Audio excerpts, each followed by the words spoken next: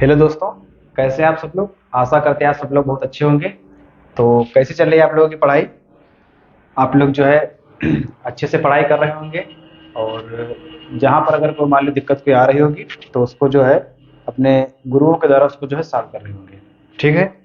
यहाँ पे जो है हमारी जो 1000 MCQ की जो हमारी सीरीज चल रही थी, उसी सीरीज को हम कंटिन्यू आगे लेकर आए हैं। जिसमें जो है आपको हम आज पार्ट नंबर 8 जो हमारा फिर से बायो का है वही लेकर हम आए हैं। और जिसमें आज हम 20 क्वेश्चन की जगह पे हम 25 क्वेश्चन करने वाले हैं। और उसके लिए जो है आप तैयार रहें। यहाँ तक हमारी उम्मीद यही होगी आप लोगों से कि आप लोग जो है अभी तक पार्ट नंबर 7 तक नोट्स बना लिए होंगे।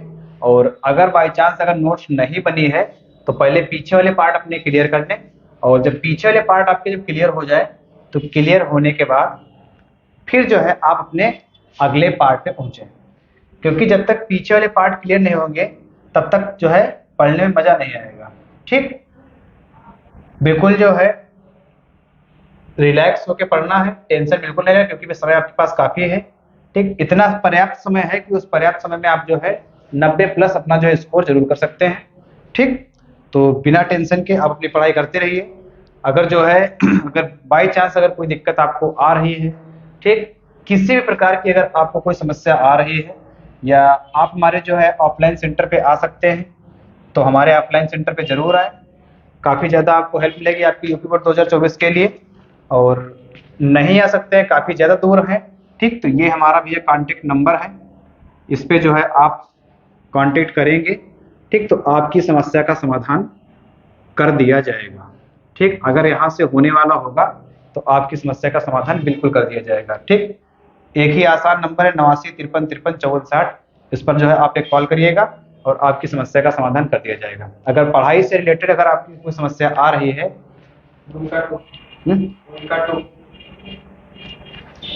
अगर पढ़ाई से रिलेटेड आपको अगर कोई समस्या आ रही है तो आपकी समस्या का समाधान बिल्कुल होगा। बस खाली आप हमारे साथ बने रहें।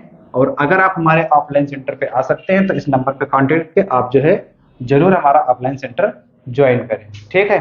तो देर ना करते हुए चलते हैं अपने सीधे हम कंटेंट पे।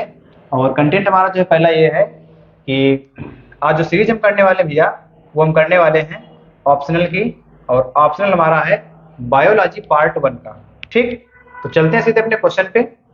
और पार्ट नंबर अगर हम पार्ट की बात करेंगे भैया तो पार्ट नंबर हमारा 8 है। और पार्ट नंबर 8 का हमारा पहला क्वेश्चन है कि मनुष्य में मुख्य उत्सर्जी अंग कौन सा है। ठीक, जो शरीर के हमारे अंदर उत्सर्जन का कार्य करता है उसमें मुख्य हमारा अंग कौन सा है। तो वृक्क है, फेफड़े हैं, त्वचा है, यकृत है। तो यहाँ पर अगर हम बात करेंगे तो हमारा सही आंसर हो जाएगा वृक्क। ठीक है। जो किडनी है हमारी शरीर में हमारे उत्सर्जन का कार्य करती है। ठीक है। क्वेश्चन नंबर 2 पे आएंगे भैया। और क्वेश्चन नंबर 2 हमारा लिखा है कि मनुष्य में वृक्क एक तंत्र का भाग है जो संबंधित है। मनुष्य में जो हमारा वृक्क एक तंत्र का भाग है किससे संबंधित है। ये भैया हमारा उत्सर्जन से संबंधित है। ठीक, किससे संबंधित है, उत्सर्जन से संबंधित है। आगे चलते हैं। और आगे जब चलेंगे तो हमारा क्वेश्चन दिया है भैया कि क्वेश्चन हमारा है कि मूत्र निर्माण होता है। ठीक, क्वेश्चन की आप इंपॉर्टेंस यहां से देख के आप खुद ही जान सकते हैं कि क्वेश्चन की इंपॉर्टेंस कितनी है। कि मूत्र निर्माण होता है कहाँ पे होता है, वृक्क में होता है, यकृत में होता है, प्लीहा में होता है, हृदय में होता है।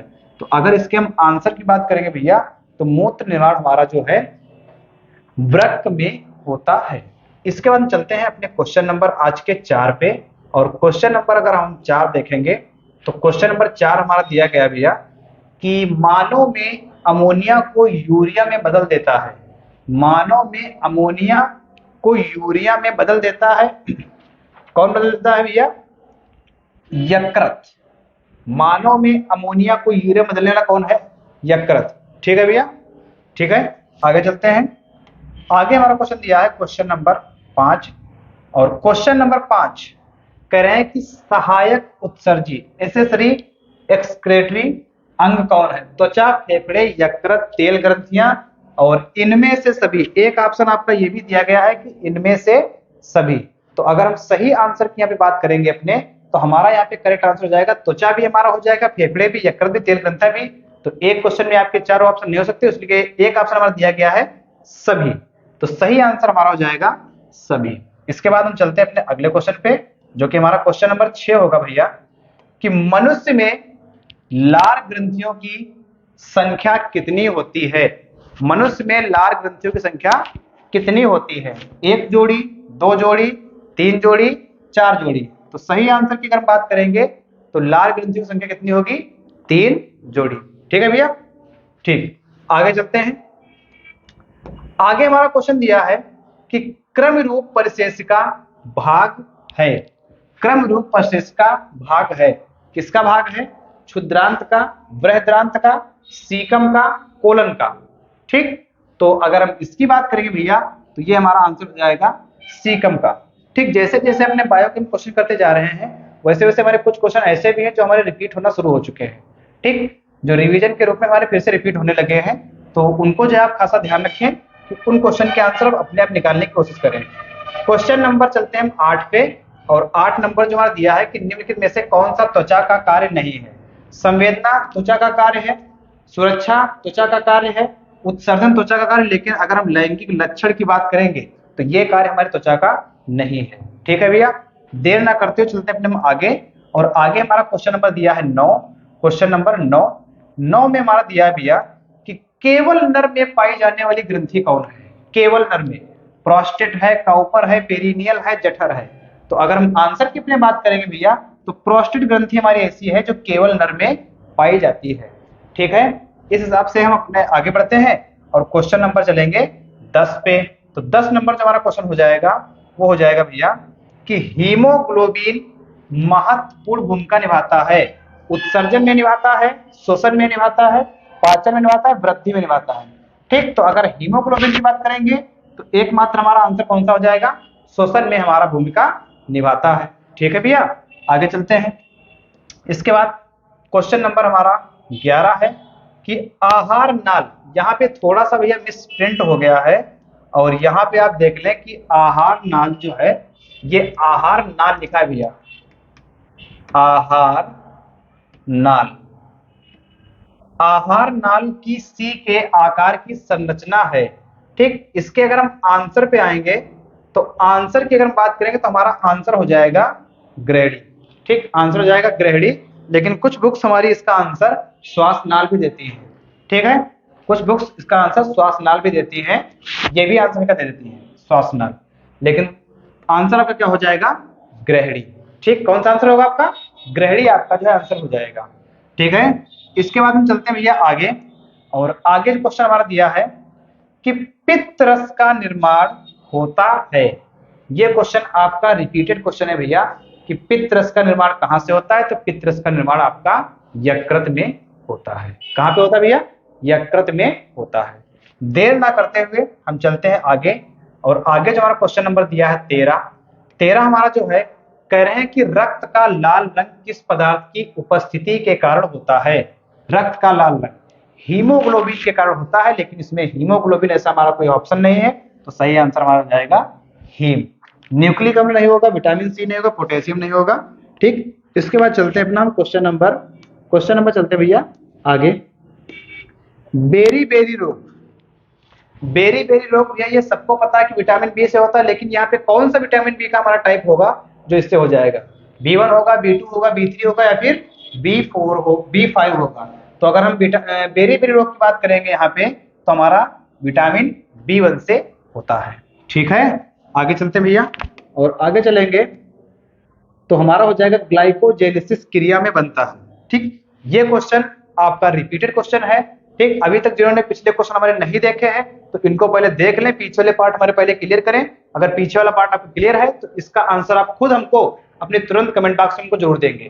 ठीक, इसका अगर आंसर आपको तैयार है तो तुरंत हमको जो कमेंट सेक्शन में इसका जवाब हमको दीजिए कि 15 का हमारा ए होगा, बी होगा, सी होगा, डी होगा, क्योंकि हम यहाँ पे आपको बताते हैं कि जो क्वेश्चन हमारे रिपीटेड हैं उनका जो जवाब आपको कमेंट सेक्शन में, क्योंकि हमको ये भी पता चलता रहे कि आप जो है पिछली वीडियो को देख रहे हैं कि नहीं देख रहे हैं, और अगर देख रहे होंगे ठीक तो आपका आंसर तुरंत आ जाएगा। इस क्वेश्चन का आंसर आप हमको कमेंट सेक्शन में तुरंत बताएं कि 15 का ए है या बी है या सी है या डी है। ठीक है, आगे चलते हैं भैया आगे। क्वेश्चन नंबर 16, वह कौन सी शिरा है जिसमें शुद्ध रुधिर प्रवाहित होता है। पल्मोनरी, ग्रीवा, पोर्टल सिरा, पश्च महासिरा। तो इसका अगर हम जवाब की बात करेंगे भैया, तो इसका आंसर आपका हो जाएगा पल्मोनरी सिरा जो है आपका, पल्मोनरी सिरा शुद्ध रुधिर प्रवाहित होता है। ठीक, आगे चलते हैं। क्वेश्चन नंबर आपका 17। ये क्वेश्चन आपका काफी इंपॉर्टेंट है कि जठर रस स्रावित होता है अग्नाशय से, पित्ताशय से, आमाशय से, यकृत से। तो सही आंसर की अगर बात करेंगे तो जठर रस आपका जो है आमाशय से स्रावित होता है। कहां स्रावित होता है? आमाशय से स्रावित होता है।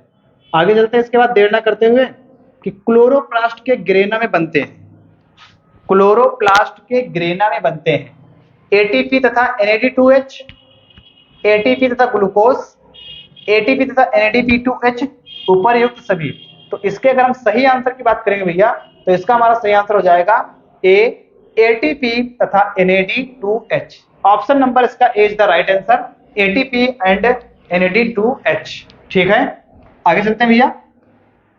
आगे क्वेश्चन नंबर 19 में लिखा कि प्रत्येक जबड़े में अग्रचवड़कों की संख्या कितनी होती है।